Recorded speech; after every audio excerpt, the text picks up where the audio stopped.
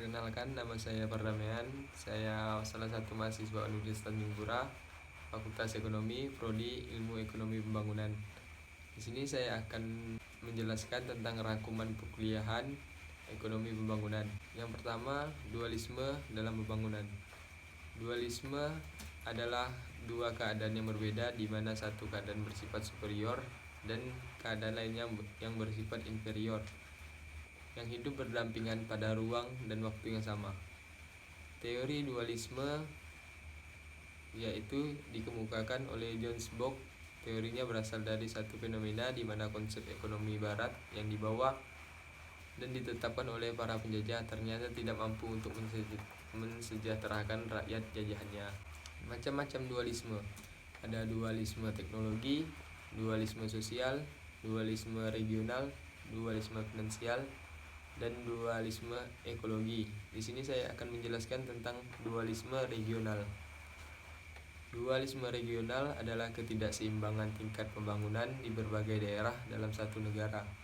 Akibat dari ketidakseimbangan dalam pembangunan mengakibatkan adanya jurang perbedaan tingkat kesejahteraan antar berbagai daerah dan selanjutnya menimbulkan masalah sosial dan politik. Jenis-jenis dualisme regional di negara sedang berkembang yaitu dualisme antar daerah perkotaan dan perdesaan. Yang kedua, dualisme antar pusat negara, pusat industri, dan perdagangan dengan daerah lain di dalam negara tersebut.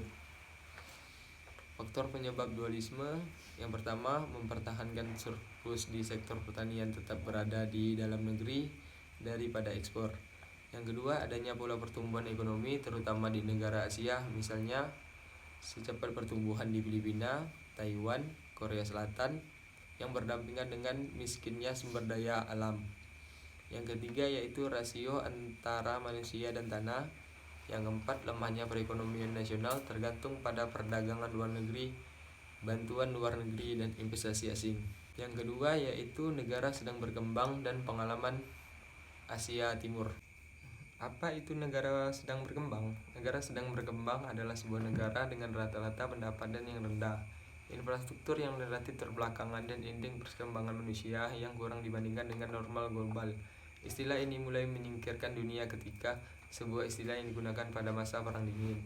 Yang kedua yaitu apa itu High Performing Asia Economies. High Performing Asian Economies selama kurun waktu 1960-an hingga 1990-an terjadi pertumbuhan ekonomi yang pesat pada beberapa negara di wilayah Asia. Pertumbuhan ekonomi yang pesat tersebut antara lain ditandai dengan tingginya tingkat pertumbuhan ekonomi di negara-negara kemudian yang digolongkan ke dalam kelompok negara High Performance Economies.